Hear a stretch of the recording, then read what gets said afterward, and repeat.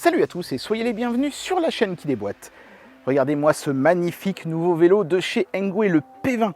Engwe s'éloigne un petit peu des gros fat bikes avec les grosses roues et les gros moteurs pour se concentrer avec ce modèle-ci sur quelque chose de plus urbain. Ce vélo, il a vraiment été taillé pour la ville et pour les trajets, on va dire, en proche banlieue. Vous n'allez pas faire 300 km avec ce vélo, c'est pas le but.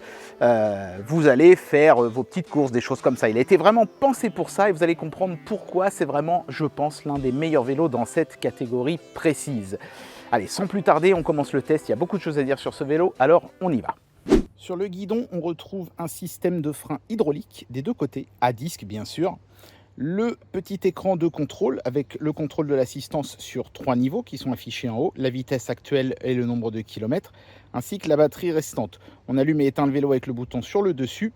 Ici, on accède aux différentes informations d'affichage comme l'ODO par exemple, et on maintient le bouton du haut pour allumer les phares. Ici, vous voyez la commande de clignotant qui active les clignotants à l'arrière. Alors ça, c'est super cool, hein, c'est vraiment le gros selling point de ce vélo même. Ce qui est un petit peu dommage par contre, c'est que les voyants ici, enfin les boutons ici plutôt, n'ont pas de voyants. Ils ne s'allument pas. Donc quand vous appuyez, ça s'allume derrière. Mais rien ne vous indique ici devant que c'est en train de clignoter. Et comme il n'y a pas de bruit non plus, parfois vous croyez avoir mis ou avoir enlevé le clignotant et c'est pas le cas. C'est peut-être le seul reproche que je ferais pour les clignotants. Le deuxième reproche que je ferais, vous voyez, c'est que ici j'ai mis une chouette petite sonnette de chez Engwe, mais c'est pas celle-là qui vous fournissent.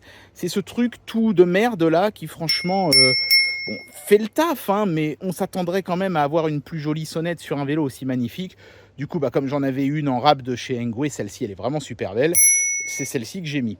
Ici, on a un accélérateur. Alors, l'accélérateur ne permet pas d'accélérer pendant qu'on se sert du vélo, puisque c'est un vélo qui est homologué pour la France, et ce serait interdit d'avoir un tel équipement. C'est une commande qu'on appelle un petit peu, j'ai envie de dire, auto-tractée, comme les tondeuses, où vous appuyez pendant que vous marchez en tenant le vélo à côté de vous, et ça lui permet d'avancer à une allure extrêmement réduite pour que, par exemple, si vous traversez un long passage piéton qui serait dans une pente, vous ne soyez pas trop fatigué à l'arrivée. Le système de pliage du vélo se trouve ici à l'arrière, hein, c'est extrêmement simple, vous voyez, on pousse ce truc-là vers l'extérieur et ensuite on tire par en dessous et la commande s'ouvre et ensuite on peut replier le vélo et quand on repousse, il y a un bon gros clic de sécurité qui évitera que ça parte en vrille.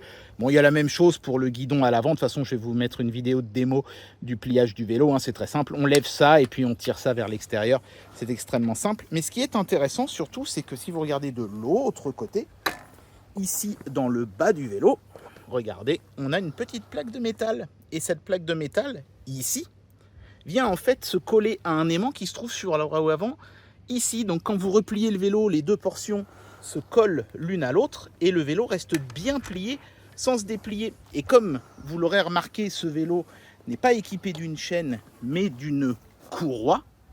Il n'y a pas de graisse et donc quand vous repliez le vélo, vous vous en foutez pas plein le jean et vous n'en foutez pas non plus plein le coffre de votre bagnole et ça c'est vraiment cool. Le vélo n'a pas de suspension mais en revanche il a une selle qui est bien confortable en dépit du fait qu'elle soit toute fine et donc toute légère, hein.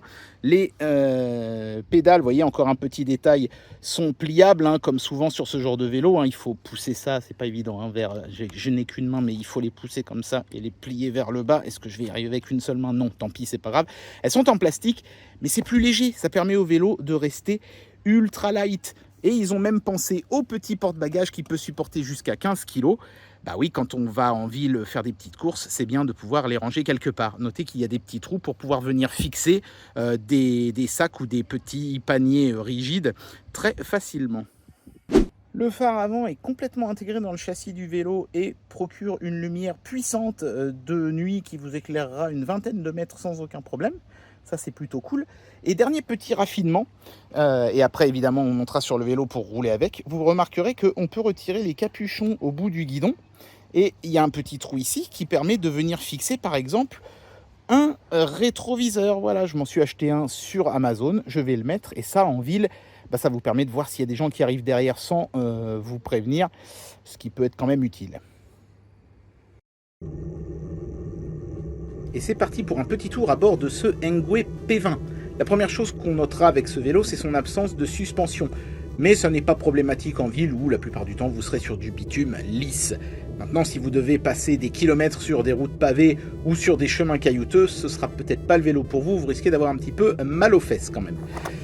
En termes d'autonomie, pour être sûr de ne pas me tromper, je suis sorti justement de la ville et je suis parti un petit peu dans la campagne pour rouler beaucoup. J'ai pris 2 côtes qui étaient vraiment tendues, je les ai montées sans aucune difficulté, malgré le fait qu'on n'ait absolument aucune vitesse puisqu'il n'y a pas de dérailleur. L'autonomie a été de 55 km à peu près, sachant que si vous êtes en ville, vous n'aurez pas les grandes côtes, vous pouvez rajouter, je pense, peut-être 10 km de plus. On n'est quand même pas sur les 100 km annoncés par le constructeur, mais c'est déjà beaucoup mieux que n'importe quelle trottinette.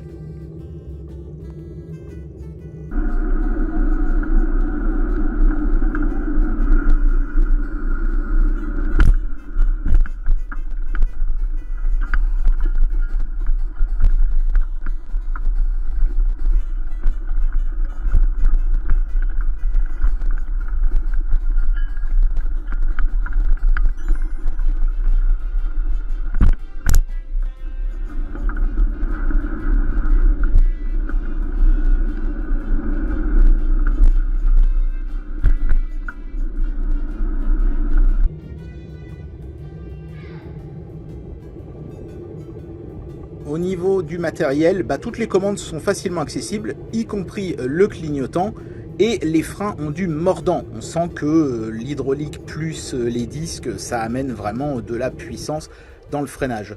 Quant à la courroie, j'ai pas eu l'impression que ça amenait grand chose sur le plan de la conduite du vélo, mais par contre on n'a plus la petite peur de se tacher le bas du pantalon avec la graisse de la chaîne, vu que là il n'y a plus de lubrification.